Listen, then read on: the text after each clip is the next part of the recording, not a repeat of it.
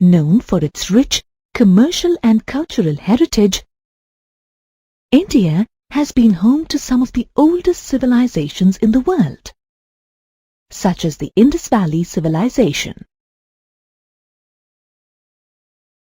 The last 5 decades have seen India evolving from its culturally rich image to one of the fastest growing economies of the world. The country has shown substantial development in the agricultural, industrial, and technological sectors. In addition to this, India has also contributed significantly to world history. From the ancient times of the Indus Valley Civilization, through the British rule, to free India, the country has witnessed it all. Let's learn a little more about this country that is emerging as a fascinating blend of culture and technology. We'll start by locating India on the world map. As you can see, India spreads across both the eastern and the northern hemispheres. India's latitudinal stretch is between 8.4 degrees north and 37.6 degrees north, and the longitudinal stretch is between 68.7 degrees east and 97.25 degrees east.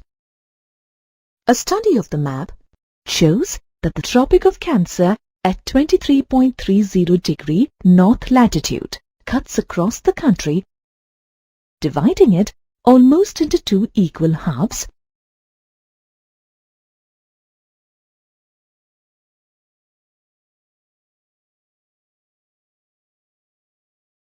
Did you know the Tropic of Cancer is the northernmost latitude at which the sun can appear directly overhead at noon? Coming down, beyond the mainland, the country extends further to the south. The Andaman and Nicobar Islands are the extensions of India in the southeast, and the Lakshadweep Islands in the southwest.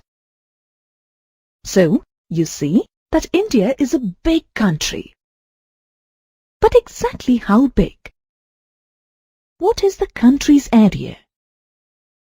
The total area of the Indian land mass is 3.28 million square kilometers. This accounts for nearly 2.4% of the total land area of the world. If you compare India's size to that of other countries, India is the 7th largest country in the world. Now, let's focus on the outline of the country in the map. Let's see if you can make out the natural features bordering the country. As you can see, young fold mountains cover the northwestern, northern, and northeastern borders of the country. The total land boundary of India measures 15,200 kilometers. Starting from 22 degrees north latitude down towards the south, India is bordered by the Bay of Bengal in the east, the Arabian Sea in the west, and the Indian Ocean in the south. In fact, the tapered shape of southern India divides Indian Ocean into the Arabian Sea and Bay of Bengal.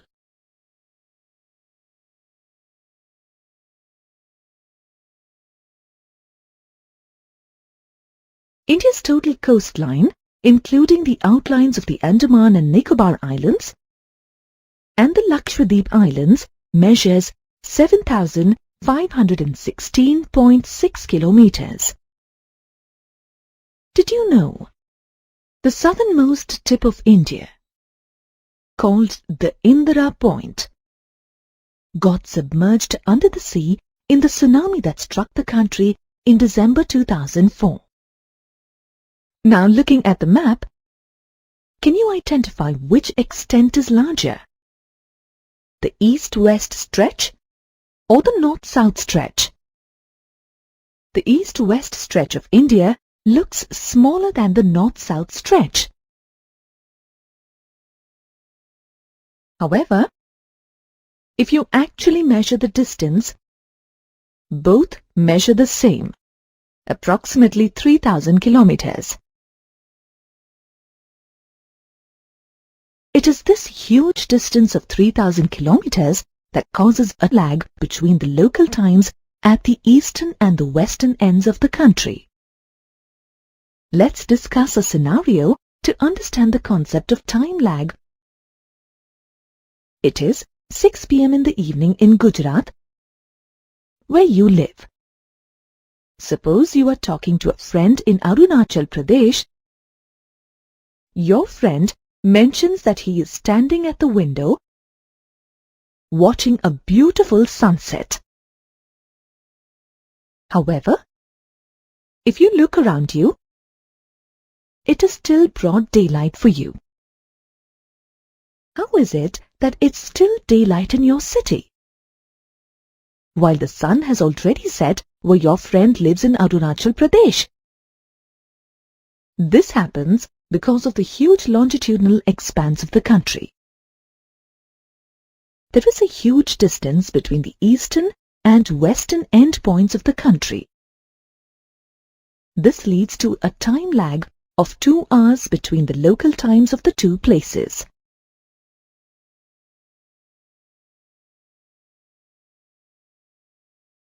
However, in practice, the clocks in both locations will show the same time, because the entire country follows a standard time. India's standard time is the time along longitude 82.30 degree east.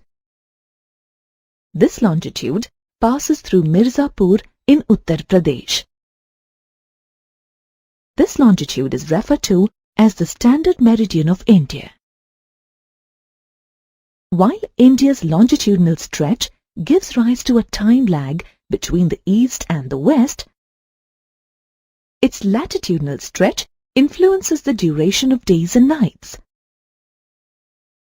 For example, the duration of days and nights is the same in Kanyakumari, which is on the southernmost tip of India. However, as you move northwards, the duration of days and nights begins to vary. In the previous module, you learned about India's size and location on the globe. Now, let's look at India's location in relation to other countries on the map. Can you make out from the map in which part of Asia India is located? As you can see, India lies to the south of Asia and is centrally located between East and West Asia.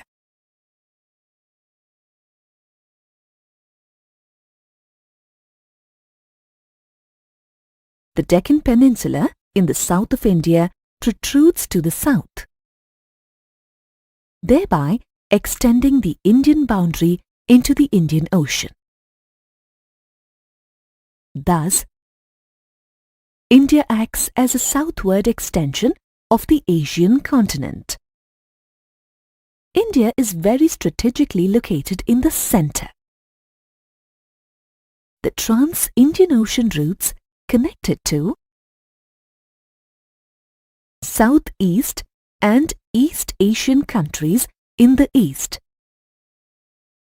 and to African and European countries in the west. Did you know?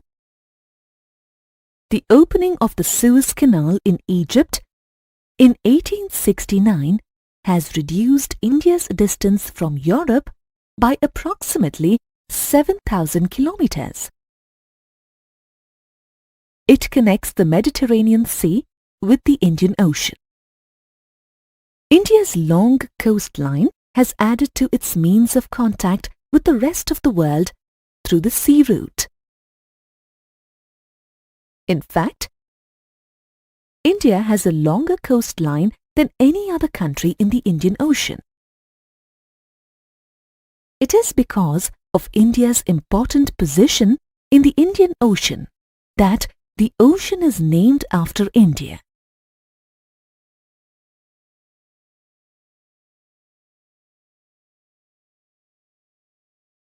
However, in general, the land routes have been more popular than sea routes and frequented by travelers and traders. In fact, in ancient times, before the sea routes were explored, traders used passes in the mountains to travel in and out of India. Did you know? The Silk Road passing through India is an extensive network of trade routes connecting the East, West, and South of Asia to the Mediterranean world, including North Africa and Europe. The Silk Road was a significant factor in the development of great civilizations in China, India, Egypt, Persia, Arabia, and Rome. Now let's examine how India's strategic location contributed to its development and enabled it to contribute significantly to the world. Traders have been using both the land and sea routes passing through India to exchange ideas as well as commodities. For example, ancient scholars took ideas from epics like the Ramayana and the Mahabharata and teachings of the Bhagavad Gita to the world through these routes.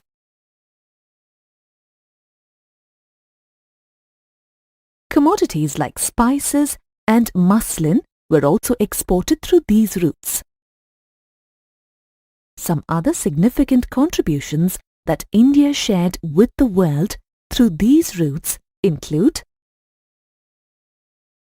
stories from the Panchatantra, mathematical basics such as Indian numerals and the decimal system,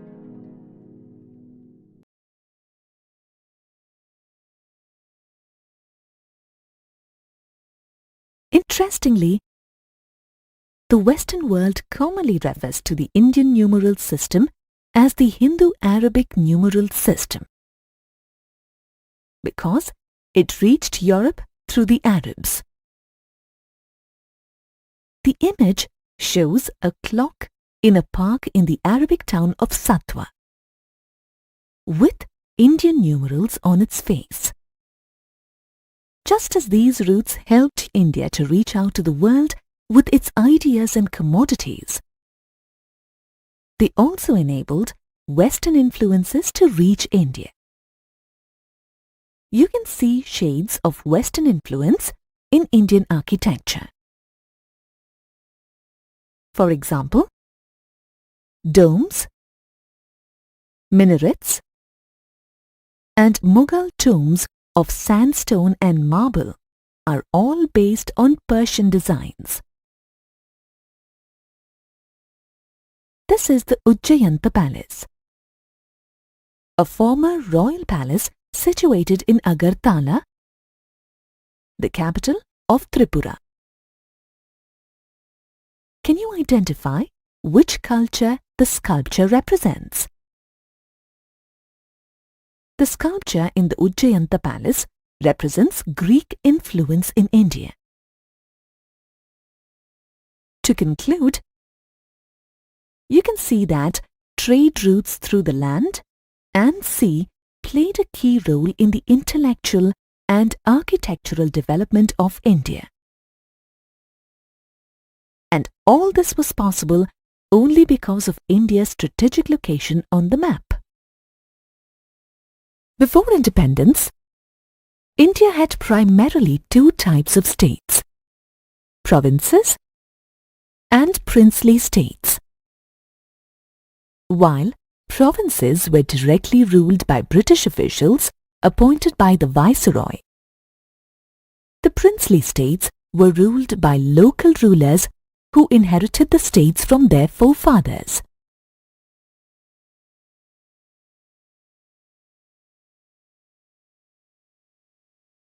However, post-independence, these princely states were merged with the Indian Union. And later on, the country went through several reorganizations under the State Reorganization Act.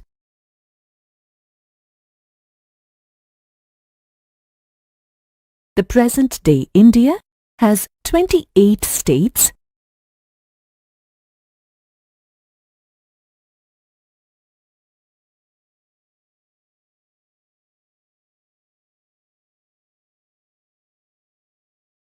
and 7 union territories.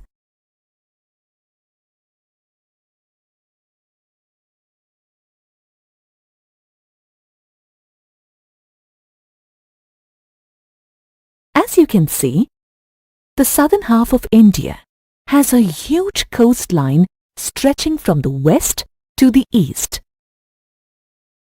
If you examine the coastline, the coastal states of India are Gujarat,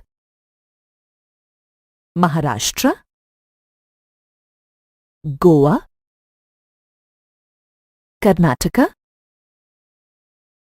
Kerala, Tamil Nadu, Andhra Pradesh, Orissa, and West Bengal. In addition to these states, the coastline is shared by the Union territories of Andaman and Nicobar Islands, Daman and Diu, the Lakshadweep Islands, Puducherry. Among these coastal states, you will also find the smallest state of India, area-wise. Can you identify this state? It's Goa, with an area of 3,702 square kilometers.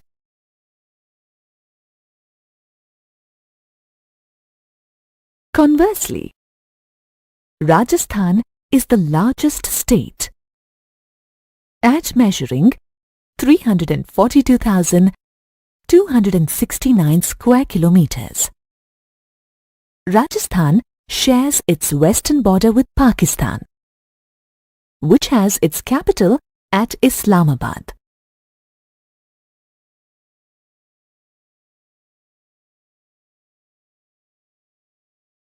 The other Indian states that share a common border with Pakistan in the west are Gujarat, Punjab, and Jammu and Kashmir. In addition to Pakistan, the state of Jammu and Kashmir shares its northwestern border with Afghanistan too. Afghanistan has its capital in Kabul.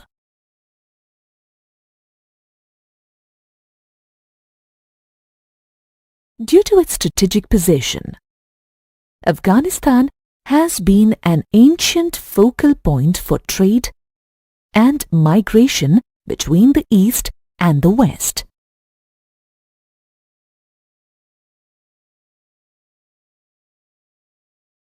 Now let's look around further and identify the other neighboring countries, which share common frontiers with India.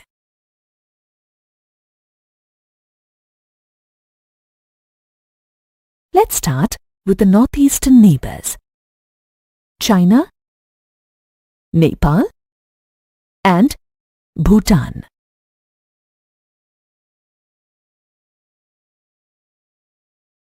As you can see, the Chinese border stretches all the way from the state of Jammu and Kashmir in the north to Arunachal Pradesh in the east, passing along the states of Himachal Pradesh, Uttaranchal and Sikkim. China is known to be one of the oldest civilizations in the world, with its capital at Beijing. India also shares its northern border with Nepal, which is the world's smallest Hindu state. The capital of Nepal is Kathmandu.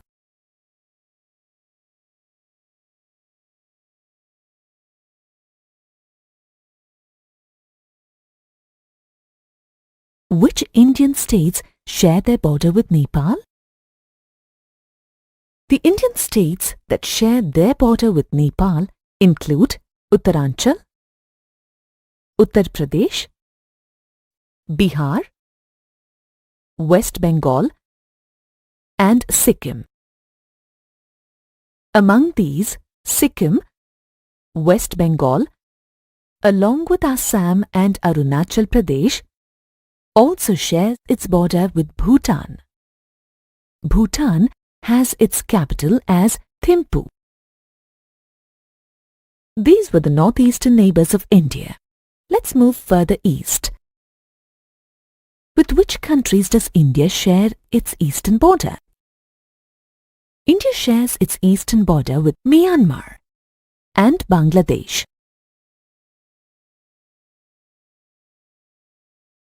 You may remember Myanmar by another name. The earlier name of Myanmar was Burma. Myanmar has its capital at Rangoon. Myanmar shares its border with most of the northeastern states of India, starting from Arunachal Pradesh to Nagaland, Manipur, Mizoram and Tripura. Tripura also shares its border with Bangladesh. In fact, Bangladesh is bordered by India on almost all sides, except in the south. The other Indian states that share a common border with Bangladesh are Meghalaya, West Bengal, and a small part of Assam.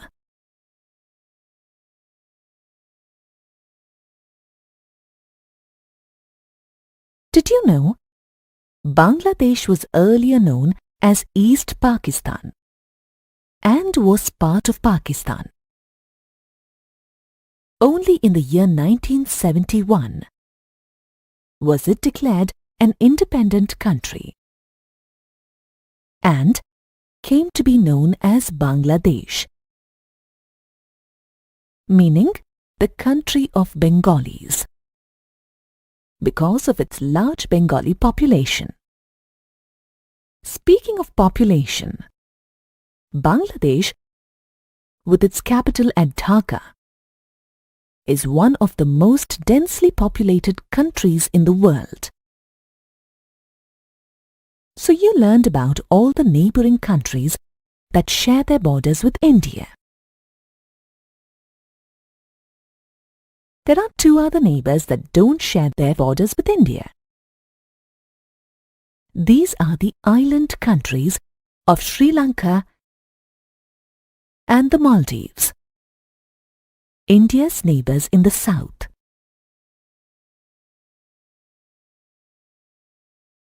If you look at the map closely, you will see that Sri Lanka is separated from India by a narrow channel of sea called the Park Strait.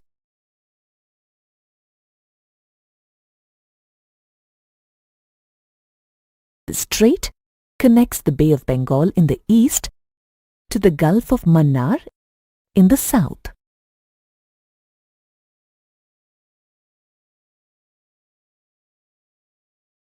The capital of Sri Lanka is Sri Jayawardena Pura Kotte.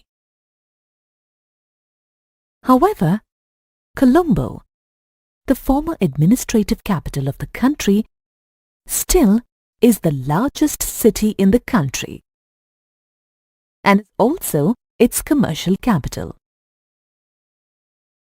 Moving east from Sri Lanka, you come to the Maldives Islands, which are to the south of the Lakshadweep Islands.